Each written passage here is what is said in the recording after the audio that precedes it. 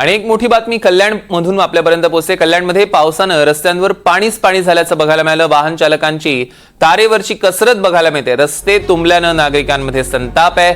अगदी अर्ध्या तासातच पावसात खड्ड्यांमध्ये पाणी साचले आणि त्यामुळे वाहन चालकांना मोठा त्रास सहन करावा लागतोय। कल्याणमधली दृश्य आपल्या टेलिव्हिजन स्क्रीनवर।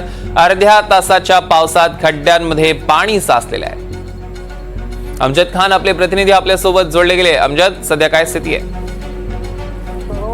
दुपारीच्या दरम्यान आज कल्याण आणि डोंबिवलीमध्ये मुसळधार पाऊस झाला आणि अर्धा तासाचा पावसात कल्याण डोंबिवली मधील जे सकल भाग आहे, सकल भागात पाणी साचले आहे आणि रस्त्यावर देखील मोठ्या प्रमाणात पाणी साचल्याने वाहन चालकाला याचा त्रास सहन करावा लागला। एक तर वाहतूक कोंडी आणि दुसरीकडे रस्त्यावर खड्डे आणि खड्ड्यांमध्ये पावसाचं पाणी साचल्याने वाहन चालकांना नाहक झाला।